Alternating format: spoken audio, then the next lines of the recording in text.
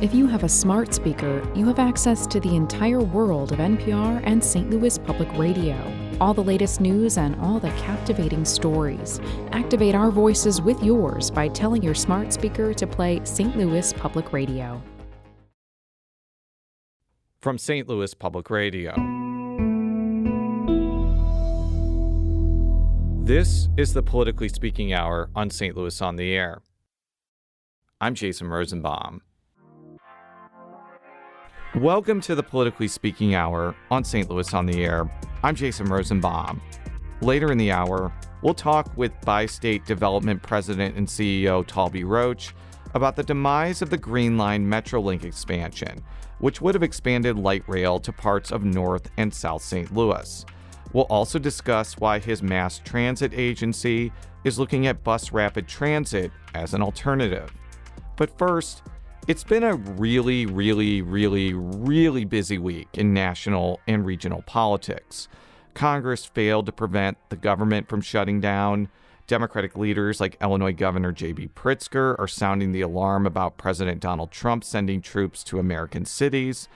And closer to home, former Congresswoman Cori Bush is headed for a rematch next year against her successor, Congressman Wesley Bell. But some St. Louis area residents are still reeling from an hour-long press conference Trump conducted last week. Today, we're delighted to be joined by America's top medical and public health professionals as we announce historic steps to confront the crisis of autism. Horrible crisis. When he spoke to reporters at the White House on September 22nd, Trump and members of his administration promoted a highly disputed link between taking Tylenol during pregnancy and autism.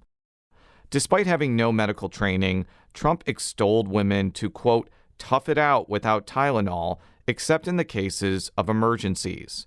But what caught the attention of autistic St. Louis residents and parents of neurodivergent kids, like myself, was how Trump framed the neurological disorder as a tragic affliction that ruins lives and dashes dreams. The meteoric rise in autism is among the most alarming public health developments in history. There's never been anything like this. There are two things striking about that statement. Trump, as well as Health and Human Services Secretary Robert F. Kennedy Jr., continued to highlight the increase in autism diagnoses without important context. That is, the criteria for diagnosing autism has changed, and more parents are screening their children than in decades past. Trump alleging that autism is, quote, a horrible crisis made people I spoke with think the president was implicitly saying that the very existence of autistic people is a crisis or problem that needs to be solved. And that's not sitting well with autistic people or millions of families with autistic children. My children did not ruin my family. And, we are better parents because of my children. That's Afton resident Stacy Hill. She's a retired teacher and mother of 3 autistic children. 2 have higher needs and have trouble communicating. They also can't be left alone. Like others I talk to, Hill doesn't whitewash or glamorize autism's challenges. Lower needs autistic people who can live or work independently may struggle completing normal tasks, like going to the grocery store or driving. And autistic people with higher needs often need in-home aids. But Hill added that Trump's push to link Tylenol with autism is part of an old trope, where people blame mothers who give birth to autistic children.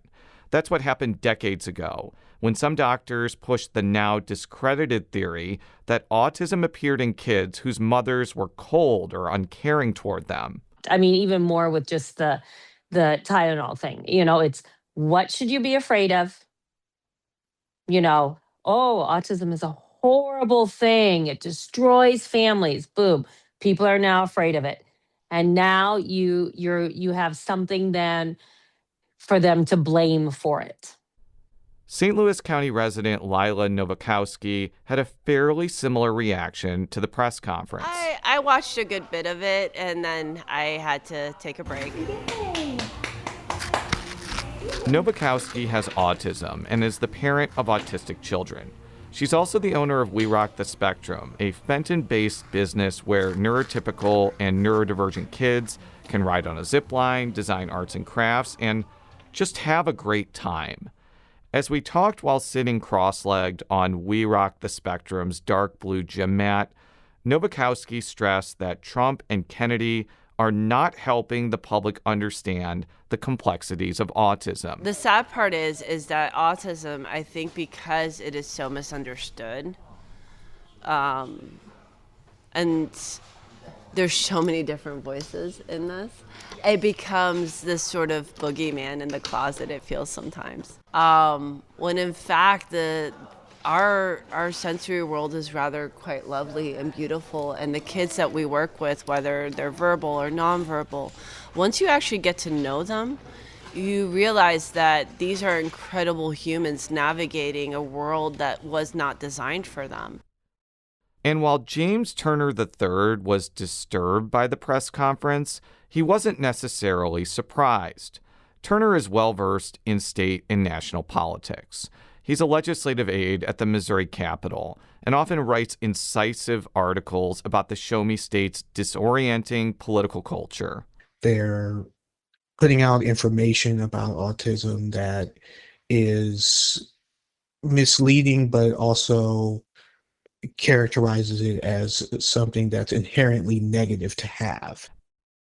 As someone who was diagnosed with autism when he was younger, Turner knows that Trump and Kennedy have sought to link external forces like vaccine use with the disorder. Even though medical experts and doctors fiercely push back against that alleged link, Turner fears that people who don't know much about autism will take what Trump and Kennedy say at face value. It was a big missed opportunity to, where the government could take concrete steps into destigmatizing autism and talking about it in a nuanced fashion, in a way, and start moving society in a way where they can give people a better understanding of what autism actually is. One of the people who has been following how Trump and Kennedy approach autism for years is Eric Michael Garcia. He's the Washington bureau chief for The Independent, a United Kingdom-based online newspaper, and he's also the author of We're Not Broken, Changing the Autism Conversation. That 2021 book detailed Garcia's journey from being diagnosed with autism and how governments and institutions can make life better for autistic people. Yet even Garcia, who has heard Trump and Kennedy speak many times about autism, was surprised by the tone and the language in this press conference. And he talks about how, this one woman in his building lost her son, lost her boy. It was all this kind of tragic apocalyptic language. And it was really just, it was surprising and it was shocking to hear that from the President of the United States. Not only have Trump and members of his administration not detailed steps on how to better integrate autistic people into society, Garcia noted that Trump's administration cut funding to programs that could further that goal. The Trump administration has basically hollowed out the Administration for Community Living, which is a bureaucracy that focuses specifically on people with disabilities and elderly people staying in their communities instead of institutional care settings. And the ultimate irony is that when I talked with officials who were leaving the administration for community living, they said that during the first Trump administration, they leaned heavily on the ACL for protocols for COVID-19 for community living and how to make sure that people with disabilities and elderly people weren't infected. So this is something that the Trump administration knows is an effective body, but they've just completely zeroed out or hollowed out. While autistic people and their allies were not happy with Trump's press conference, their anger and disappointment and fear is not stopping them from trying to reorient a world stacked against autistic people. That may come off as an impossibly ambitious platitude, but some people point out practical and low-cost ideas. For instance, Luke Barber is a St. Louis County resident who ran twice for state representative. He's also autistic and made disability rights a major part of his campaigns.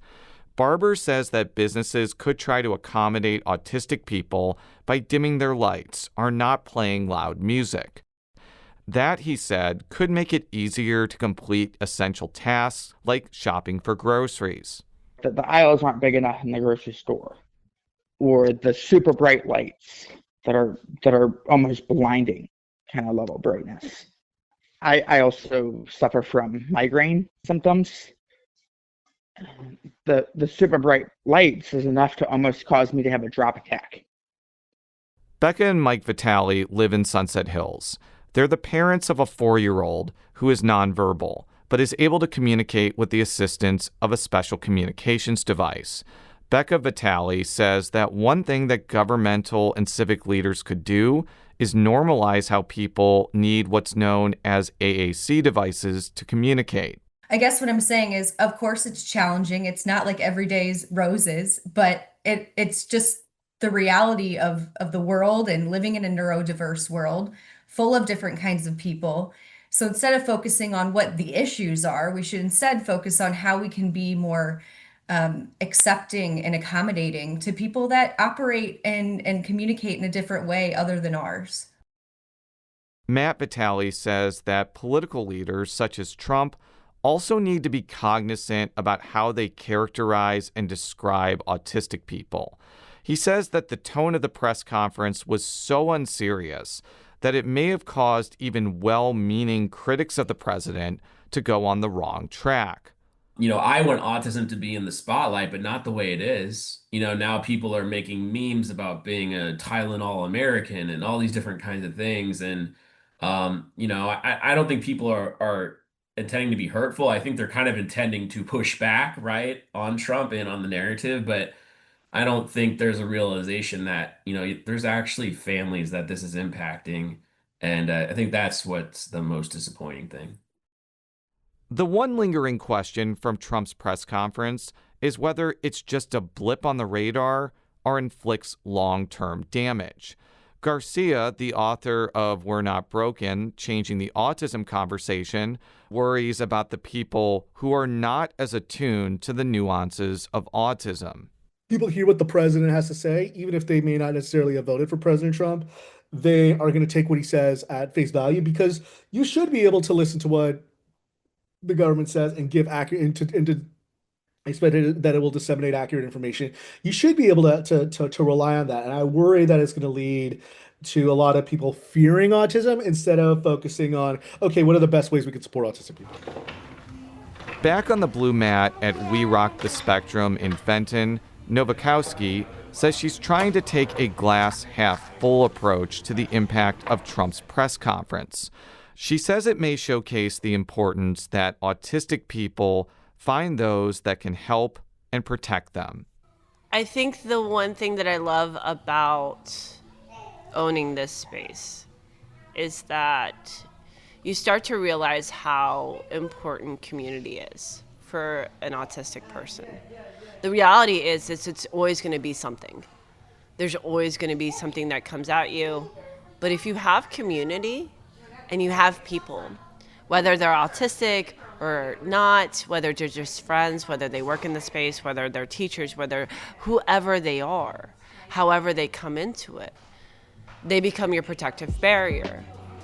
And so when things like that come at you, you start to recognize nothing can actually hit you.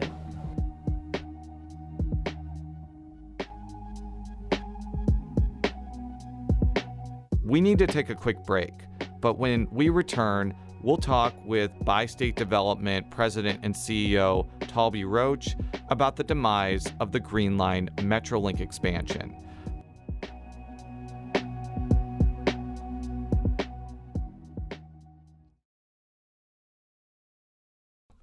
Welcome back to the Politically Speaking Hour on St. Louis on the Air. I'm Jason Rosenbaum.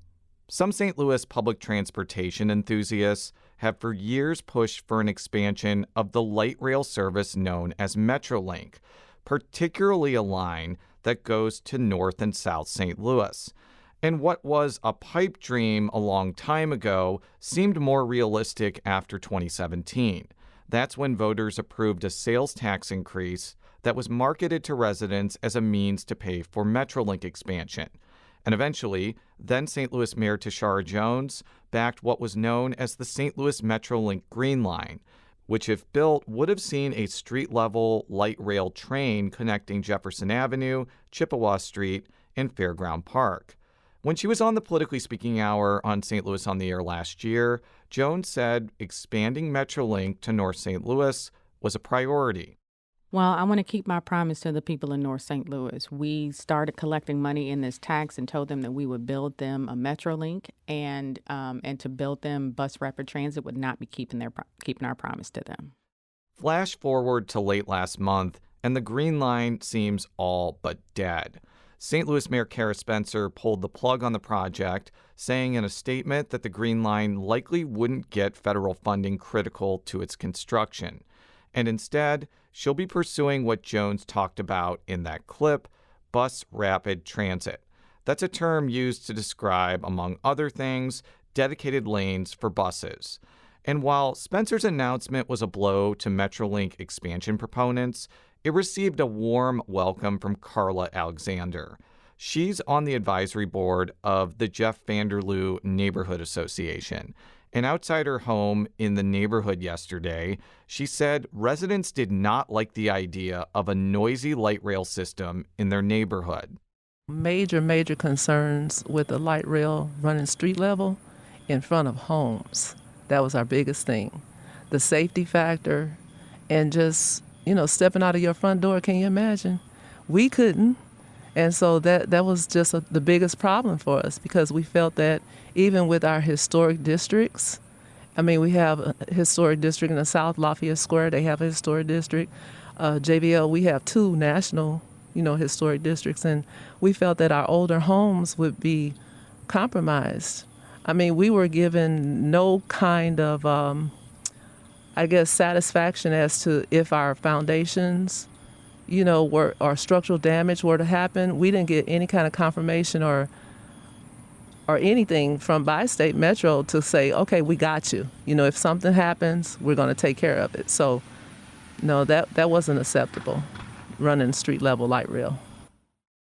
Alexander said the Jeff Vanderloo already has some challenges like vacant lots and buildings, and that north-south line through the neighborhood wouldn't have benefited the community. But she said the possibility of the Green Line did bring her community together. We faced for years eminent domain. We faced for years, people coming in and taking over, developers taking over our neighborhood, telling us what we want, what we need and all of that.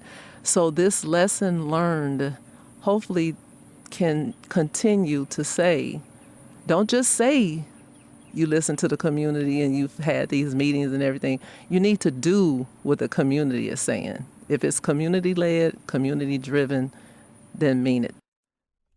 That was Jeff Vanderloo Neighborhood Association Advisory Board member Carla Alexander, talking outside her home yesterday with St. Louis on the Air producer Maya Norfleet. So what's next for mass transit in the St. Louis region? Earlier this morning, I spoke with BiState Development President and CEO Taulby Roach. Roach's agency is in charge of managing Metro Transit's bus and light rail services. And he says the end of the Green Line could be a chance for less expensive alternatives.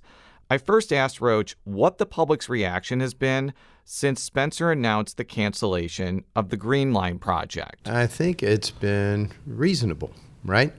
Because no matter what we saw with the taxing initiative from 2016, 2017 is people want more transit in the city, right? But the question is, how do we build a system that's affordable? And I think one of the things that we certainly heard from really thousands of public outreach interviews is that folks want to see a project that's impactful, but will still be affordable from the city. So I think most of the reaction has been positive because we're trying to roll this out indeed with the public's input. Before we talk more about the longer term impact of this decision, can you just describe how the Green Line would have functionally worked? Would it have been like a train track built into the street? Would it have had elevated rail that you see in some parts of St. Louis County and the city? Like, what is the Green Line for people that may not know what it is? Sure. So in the rail configuration that we figured that roughly would cost $1.1 billion, we were looking at a 5.6 mile alignment that ran in Jefferson Avenue, street running. So this would have been a low floor vehicle, very similar to what the Kansas City streetcar would be as an example, just across the state. And we would have run it with a 10 station configuration, and would have run end to end like that. And we accomplished a 30% design configuration there, which allowed us to reprice it. And frustratingly, it's really coming out a really too expensive given where we are on a tax revenue standpoint. I ask that question about what it would have functionally looked like because members of the Jeff Vanderloo Neighborhood Association told St. Louis on the Air producer Maya Norfleet that had it been built, the Green Line would have caused all sorts of problems for people that live on Jefferson Avenue, including it being very noisy and possibly, depending on how it's built, maybe it would vibrate the homes. How often did you get that type of feedback? And even if it wasn't the reason the line faltered, is it possible that this is a blessing in disguise for some of the people that live in the neighborhood that would have been affected by this Green Line? Well, certainly, I have tremendous respect for those folks at Jeff Vanderloo. We talked with them several times. And look, these are folks who are engaged in their neighborhood and care what happens. They're the exact kind of people that we want to talk to. We may disagree on some individual pieces here and there, and that's okay. I would disagree that a light rail alignment would be that impactful. In fact, historically, we've through really almost 100 years ago, there was a trolley line that ran right down Jefferson Avenue. It was known as the Red Line. So it's really a return to our historic roots. But nonetheless, the pivot, in fact, is being cognizant of what some of the neighbors have concerns about, right? And moving to a bus rapid transit line will be less impactful than a larger train, and we'll be able to run along the streetscape, albeit with some of the benefits of light rail. We'll get back to the Green Line's future in a minute, but you said bus rapid transit. How does it differ from the bus service Metro currently provides? Yeah, it's radically different, and we still will have bus service. There's no question. Look, fundamentally, even in our existing system right now, bus accounts for a good 65% of our overall ridership. You know, what it is an integrated system that feeds into each other. Yes, we have the spine with MetroLink, which obviously is the most expensive. However, it's the most efficient, right? It carries the most people in a short period of time. But to access all the corners of the region, then we use the bus system that feeds into MetroLink. But very typically, our bus system will have headways of, let's say, 30 minutes, 45 minutes, 60 minutes. So it's not as frequent as a BRT fundamental line would be. Let's just say the bus rapid transit ends up traveling along the same path as the Green Line MetroLink plan. What would actually have to be done to pave the way, pun intended, by the way, for bus rapid transit to occur? Yeah, so it's much cleaner as far as the engineering is involved, and obviously then the construction, because we wouldn't have to do rails, we wouldn't have to do catenary. Catenary is literally how light rail vehicles are powered from above. So we wouldn't have to do a lot of that. It's not as heavy as light rail, so we would have to do less changes to the roadbed, et cetera. So it would be much easier for us to do this. And it really brings me to a really important part, is that we have the alignment defined. We can still benefit from some of the work that we've already done. For instance, very critical. The environmental assessment of this corridor has been done. That's part of the work. And we'll be able to move that forward, especially with the successful negotiation with FTA, who wants to see a project like this move forward. And can you explain what that is? Sure. So whenever we're moving through a project like this, we have two hurdles that we have to go through. Public outreach, public input into what is the federal process, and an environmental assessment of what are the impacts of the alignment itself. Well, obviously, bus rapid transit, which would be on the existing roadbed, has less impacts, right? So it's a little easier from an environmental assessment standpoint. But all of these boxes must be checked in our application, ultimately to get federal funds from Washington, D.C., which absolutely has to happen, no matter what the project is, bus, rail, anything. And that gets to my next question. How much would bus rapid transit cost compared to MetroLink expansion? How much of that would be federal money? How much of a local match do you think it would require? Well, and BRT is a fraction of the cost, simply because it is much less impactful. The engineering is much less. We already discussed some of that. So let's say if we went on the existing alignment at roughly 5.6 miles, I would like to target the bus rapid transit project closer to $450 million for that corridor. Now, the mayor's asked us to look at a longer corridor, which we certainly have the opportunity to do. But obviously that changes the financial dynamic significantly because the city is already putting aside the money with the 2017 tax and has roughly $90 million in the bank right now. The city holds it. I don't hold it. And that is the local match component.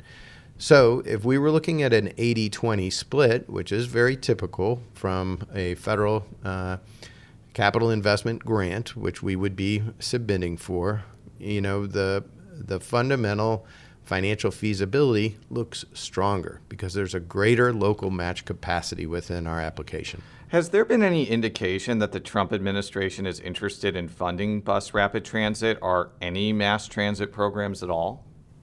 Well, so obviously monitoring FTA and what is happening in DC is a big part of my job. I need to advance an application that I think will be competitive. So one of the things, there have been some good news pieces in the transportation and FTA in that agency has not been gutted like many others, right? And we do expect to see, and there is capacity within the legislation that was passed to continue some projects. Now, do I think that there might be some areas in the country that will not benefit from that? Yes, I think that's very possible. You've seen the administration target some projects that they did not like on the coasts, but that's not what this project is. One of the good strategies that we can represent when we go to Washington, D.C. is, look, we had a $1.1 billion project in rail. We saw it as being too expensive, so we looked at it and we talked to the public about it, and now we're pivoting to a much more affordable project. I think that will be well received in DC. And of course, I think one of the big things is that we can expect some support from our Senate leaders in Schmidt and Hawley, and obviously our congressional leaders as well. We need to take a quick break, but when we come back, we'll continue our conversation with BiState Development's Taulby Roach.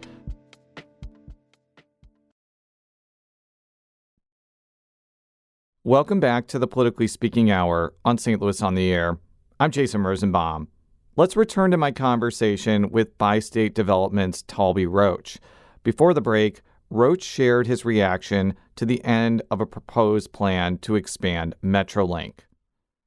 Let's take a step back for a moment. Mm-hmm. Can you talk about how BiState Development oversees the mass transit system in St. Louis and which jurisdictions, and by jurisdictions I mean counties or the city of St. Louis, are at the table, so to speak? Right. So BiState really runs several different business units, but our biggest business unit is, of course, Metro Transit. And Metro Transit is supported by three distinct political entities.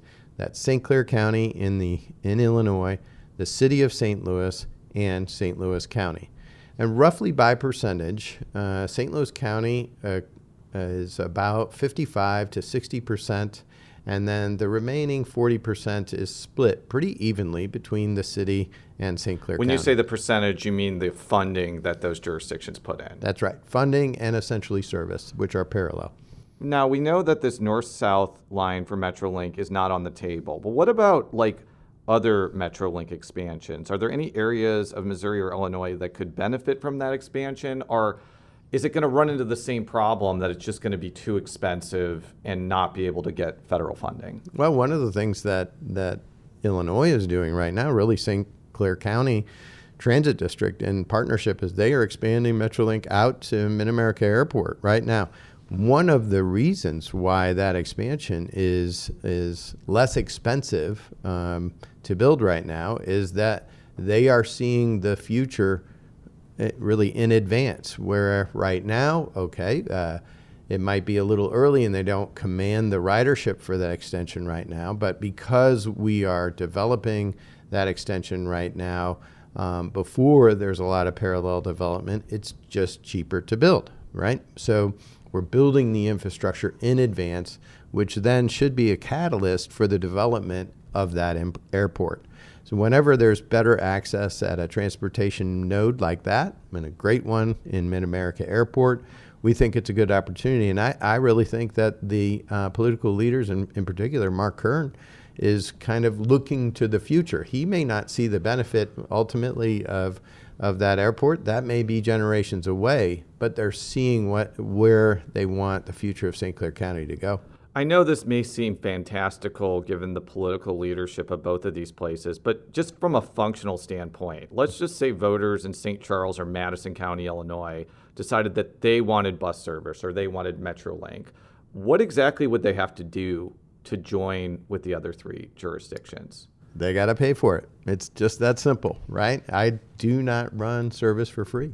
And no matter what, I will often be asked, Taulby, can you add service here or there? Well, I need to go to the political leadership and be sure that they are willing to pay for that service.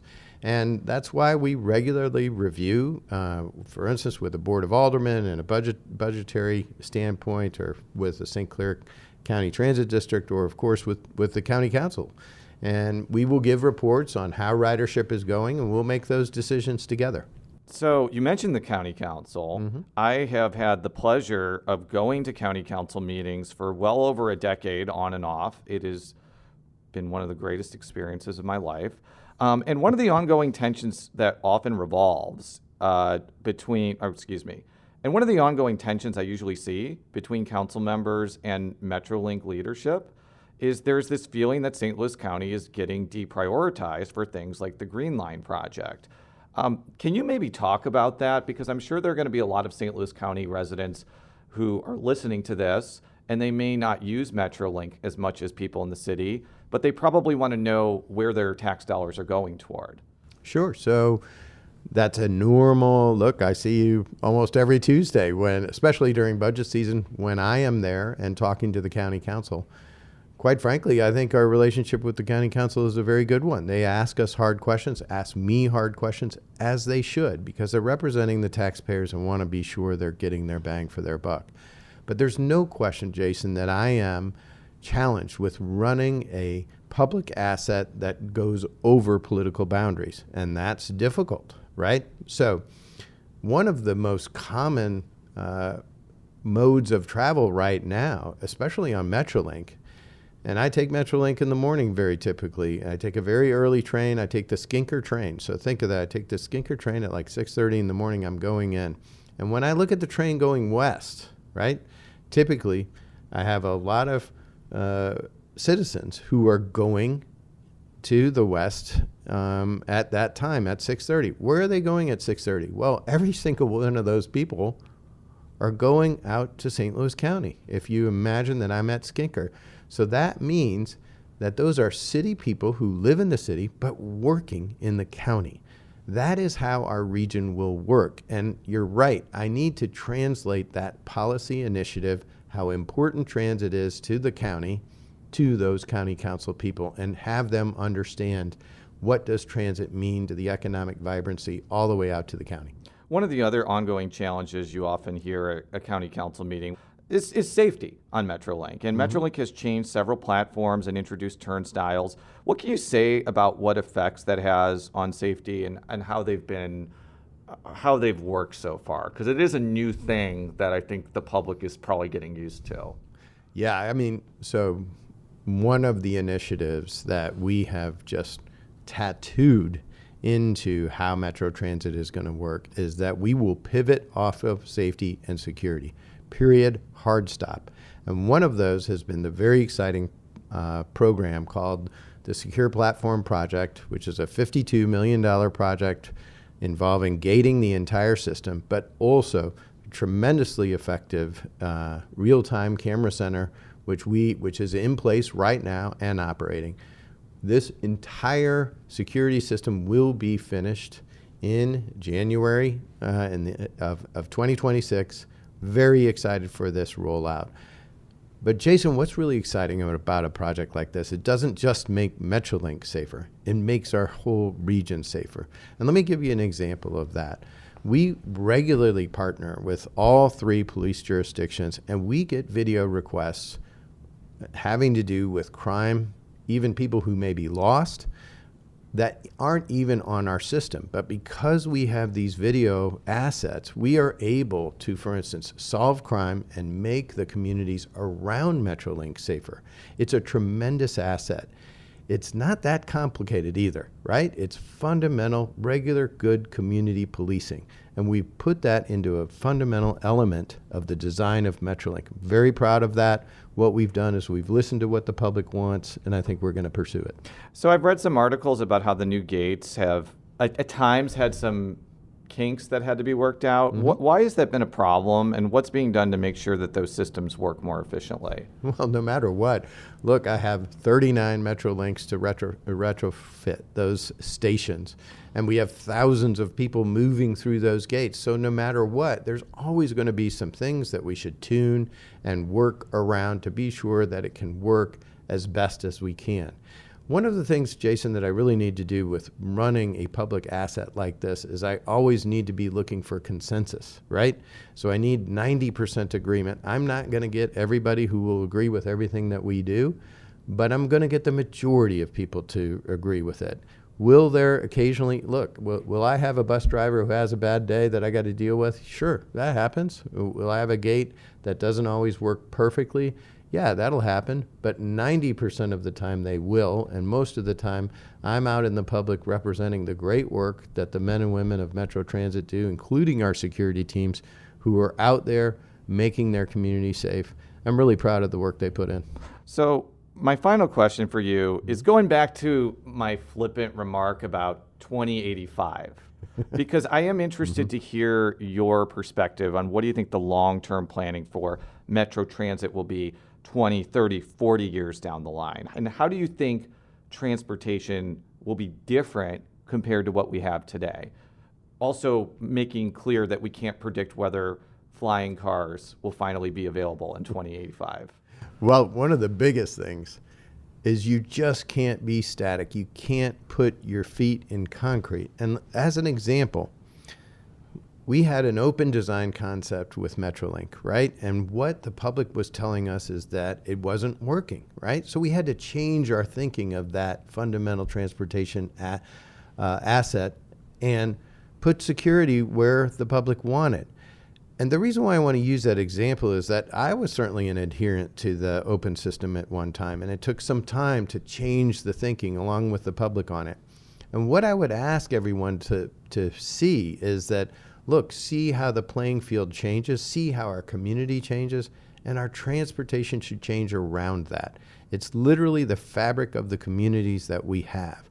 Look, nobody used to talk, for instance, in the street department about sidewalks and bicycles and calming. That wasn't even a conversation 10 years ago. But I'm going to tell you it is now, right? When I walk into room 200, when I walk into Sam Page's office, as I did yesterday, when I talked to Mark Kern, they want to talk about what are those other transportation assets. And I like to think of myself as a transportation professional. yes, I'm working in the transit sphere, but I want all of those other things to work together to move our community, to be sure that people are comfortable in their communities and that we are being an asset to a greater economic future of St. Louis. That was BiState Development President and CEO Taulby Roach talking with me earlier this morning about the demise of the Green Line and the future of mass transit services in the St. Louis region.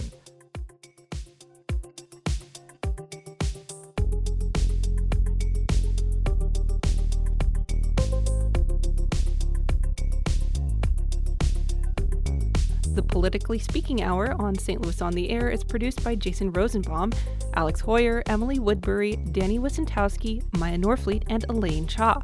Audio engineering and sound design by Aaron Dorr. The politics editor is Fred Ehrlich. St. Louis on the Air is a production of St. Louis Public Radio. Understanding starts here. Do you find yourself regularly listening to episodes of St. Louis on the Air? Suggest us to a friend you think might enjoy our conversations. And leave us a review and rating on Apple Podcasts on the App Store. It's the simplest way to help people discover our show. Thanks.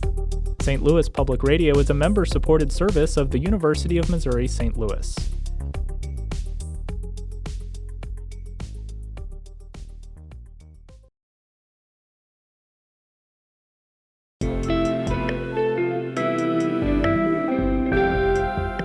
The Gateway brings you the day's news each weekday from around the St. Louis region and the state capitals in Jefferson City. Our schools are accredited.